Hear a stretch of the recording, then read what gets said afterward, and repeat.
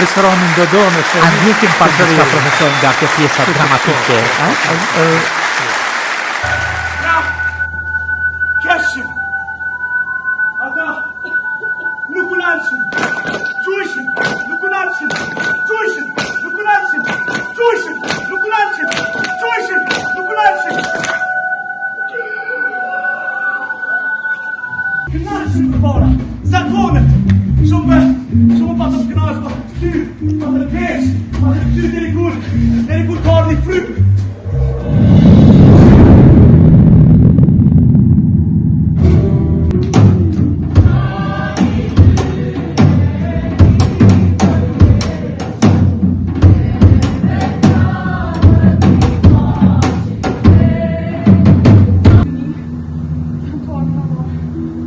Hajde largohemi, hajde se na lodhu, hajde largohemi bashkë, hajde, shpejt, hajde.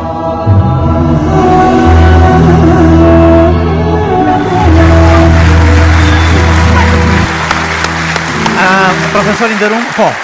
Lirisht mund të them pa modesti, kjo kryevepër artistike e shqiptarëve është mburri dhe krenari kombëtare.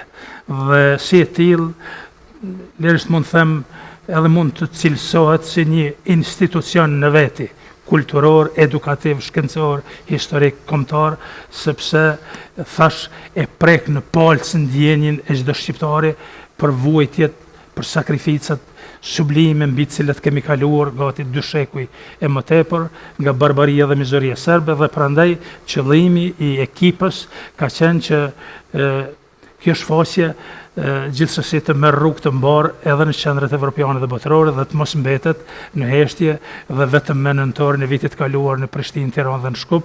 Kështu që kemi punuar natë dhe ditë me profesor Robertin që t'i japim rrugë në Paris dhe në Bruxelles. Edhe me një ekip sa veta, do të flasim për këtë. Do të flasim për këtë, do më të ndërprej. Edhe një ekip shumë sa veta? Rreth 40 veta. Rreth 40 veta.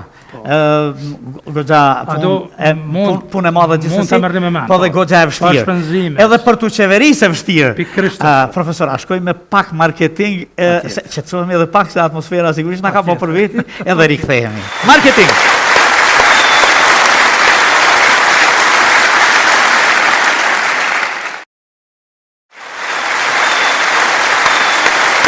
Jemi rikthyer. Profesor, faleminderit shumë. Kam ju thënë shumë herësonte, sepse unë kam shumë dëshirë si lloj premierash t'i kem. Premierat tuaja në realitet për fatin e mirë të rrallë kanë qenë fat mirë ata që ju kanë shiju, i kanë pa, i kanë përjetue, me 26 nëntor në Prishtinë, pastaj me 28 nëntor në Tiranë dhe me 30 nëntor në Shkup. Bash ditët e pavarësisë. E godite, nuk e lëshuta, ha? Në asnjë mënyrë. Në asnjë mënyrë. Janë derë lëmej gjaku për të finalizu këto vepra të nivelet lartë profesional dhe intelektual.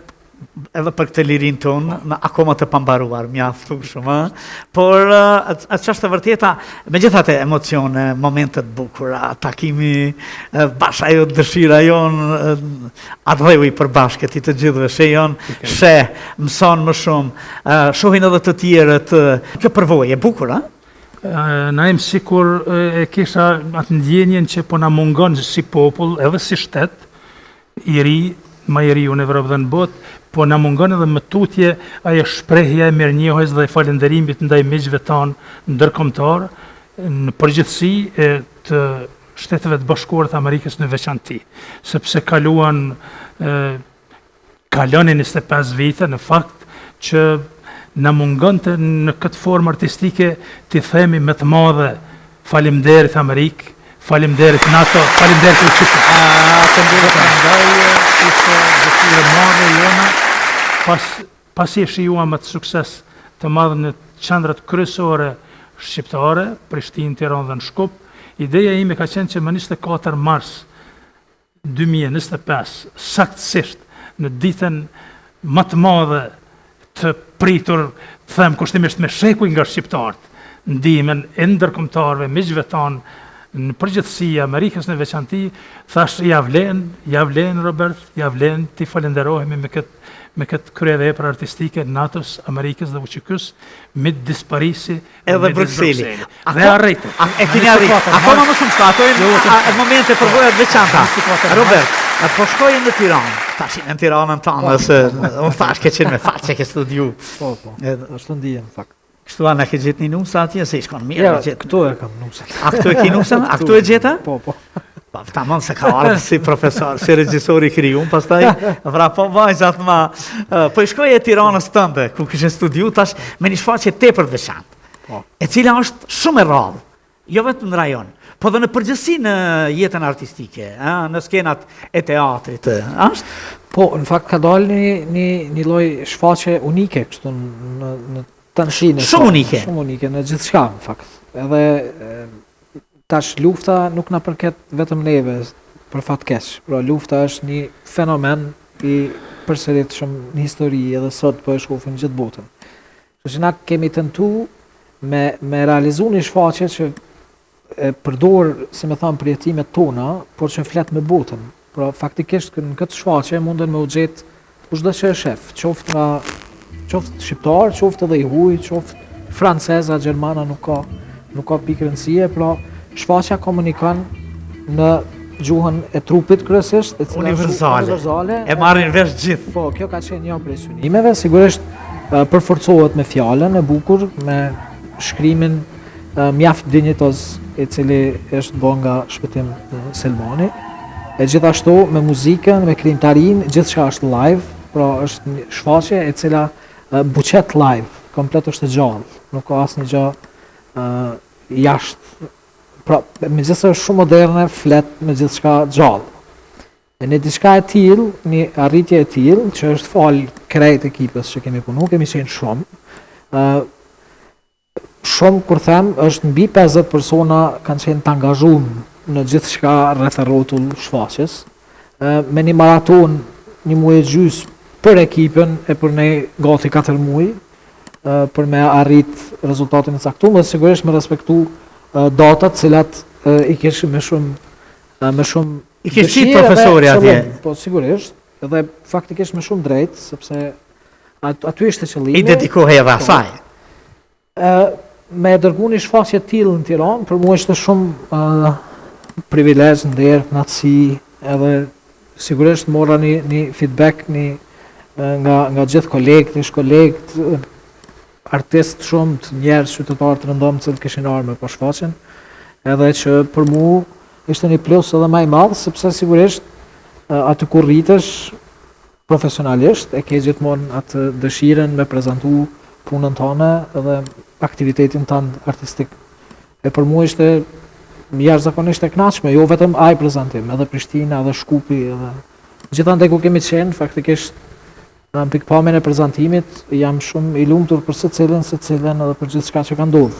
Pavarësisht që peripecit kanë qenë edhe janë gjithmonë projektet moja, po gjithmonë ja kemi dalë dhe si jemi dorëzuar para fortunave të momentit, sepse dëshira ka qenë më e madhe se sa. Keni buxheti edhe zgjidhje. Po duhet. A profesor, se më pëlqen të them profesor, djali i ri, profesor i formsuar, i përgatitur shumë mirë, me që bëjmë, po i ndjekim pak do momente të veçanta, që thoni ju absolutisht moderne e postmoderne, e që live i ndjekim që ta shohim këtë lloj, a guxojmë i thonë kompilim, ja. Kombinim, mohet me qenë. Kombinim. Se kompilim marrim të huaja. Këtu i kemi këtë origjinale, i kemi bën vetë, edhe e ndjekim pak gjithë këtë paraqitje shumë interesante me këto ritme, me këto lëvizje, me këto. E ndjekim pak?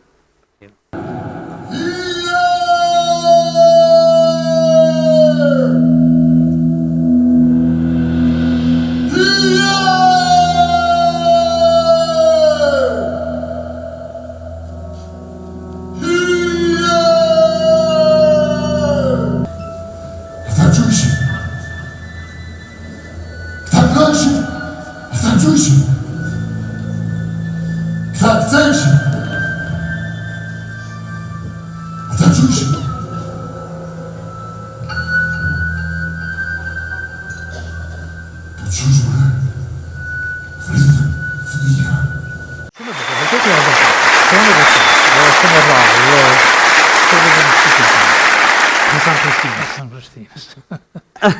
Idol e kam pas dhe e kemi pas gjithë me. Që në emisionin e parë ta kemi thënë se i përgjet fotografia, kena mujt me bo kombinime, kështu veç me ndryshu me thonë po flet Hasan Prishtina. Veç fotokopje ti me qenë është madhështia. Bolosht. Dhe emocioni bukur, sigurisht, përvojë veçantë. Shumë e vërtet. E për cilësit këtë çka keni dashur me Pikërisht ashtu ishte një kombinim i shkëlqyshëm i 3 qendrave më të mëdha shqiptare, i Shkupit Hasan Prishtinës, por duke falenderuar në veçanti të madhin Adem Karaga, i cili edhe ka qenë njëri nga personazhet kryesorë që ka luajt rolin e babait. Edhe që është markant në paraqitje Ademi, absolutisht.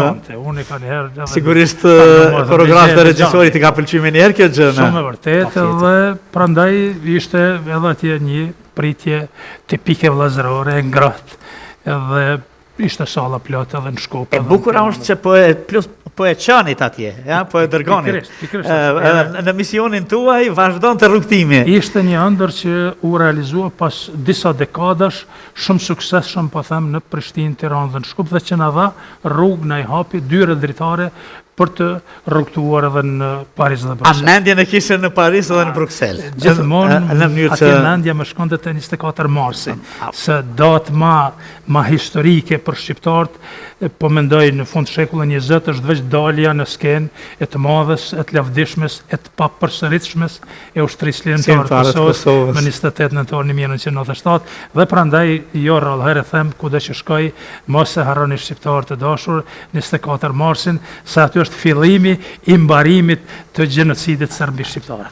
Sa bukur e thot edhe Recep Selimi atje në atë mbrojtjen e tij, që thot e fillova me Adem Jasharin, e përfundova me Wesley Clark.